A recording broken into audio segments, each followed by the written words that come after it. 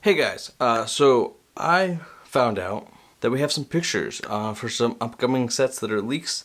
They weren't supposed to leak until about the 17th, but they have leaked early, which is really great. All thanks to a YouTuber, if you don't know, Lifebrick Studio.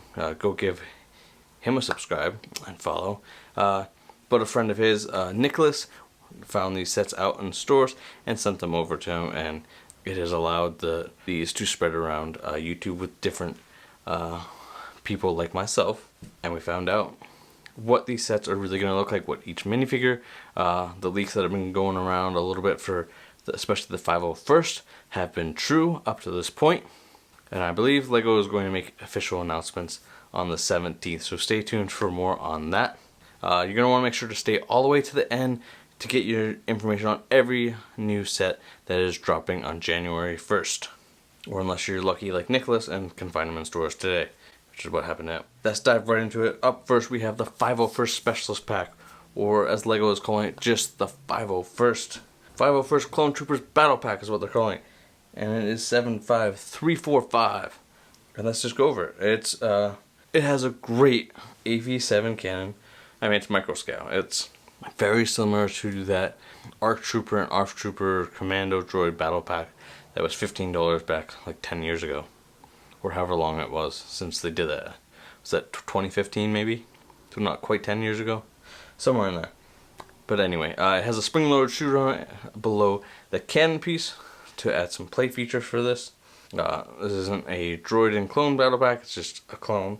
You get 4 great minifigures, including a sniper who has the macro binoculars on them, and I don't know if that's just going to be included in the accessory pack, where you're going to get a couple of those that you can switch them out for different clones, or if it's just going to be a piece. Like, we usually get these accessory packs that have some visors, some antennas in them, and that's, you know, it's that way when you get Boba Fett. It was that way with the 212th with the ATTE, so I don't know if that's going to be the case here or not.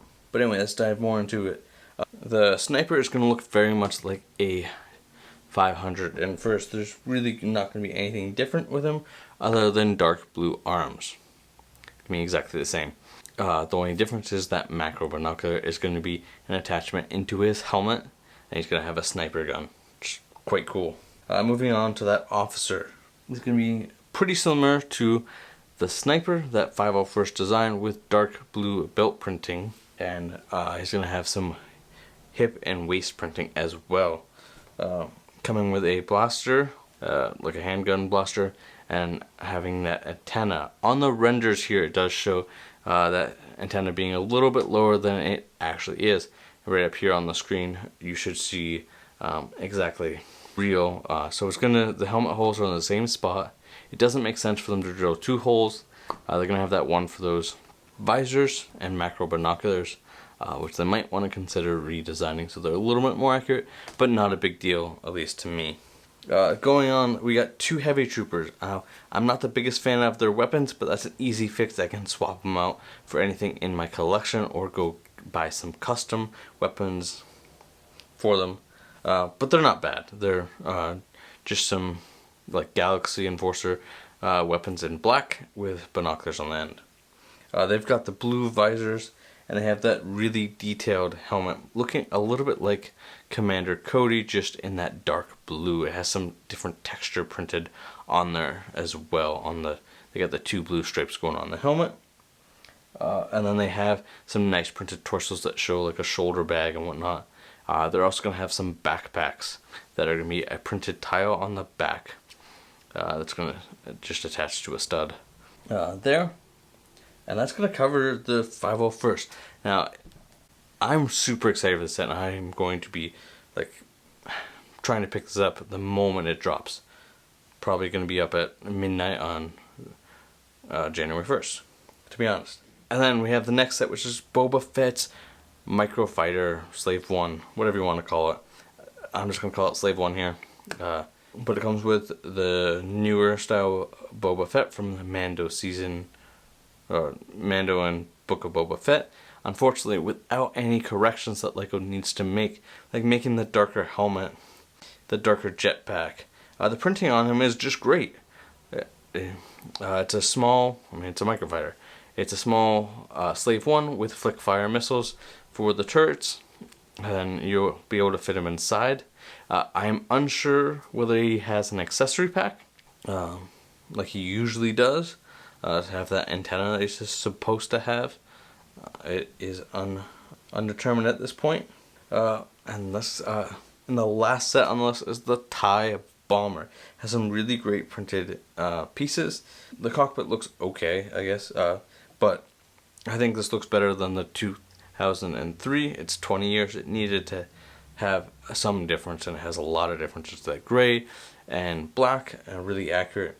It has some bombs that you're going to be able to drop, as well as a stud shooter out of the bomb department. It looks like it will also have a some kind of accessory that like a cart that's going to carry your weapons to load them in, whatnot. And the minifigures in this, some really cool minifigures, some odd ones. If you're not if you're just a casual fan, you won't really know who these are. Characters that have only appeared in the comics, which is a great stretch for LEGO to start doing here. Maybe we'll see a Black Chrysanthemum one day, hoping. Anyway, you got Ray Sloan, who's she's an officer in the Imperial Navy, so she's an officer minifigure basically. She looks really good here. We also got a TIE pilot. Really, I would expect in a TIE bomber you get a TIE pilot. Really good there. And you get Darth Vader as well. And I can't tell from the picture whether he has the print on his arms that he got in the Obi-Wan Kenobi set and the Advent calendar, or are we back to the same old Darth Vader with no printed arms? I don't know. Hopefully he has the printed arms here. And then the last minifigure, if you will, is the buildable Gonk droid, looking much like Gonky from the Bad Batch. That's going to do it. Those are the sets that are dropping, that we have pictures for. We should have more updates on these sets coming right around the 17th. So stay tuned for that.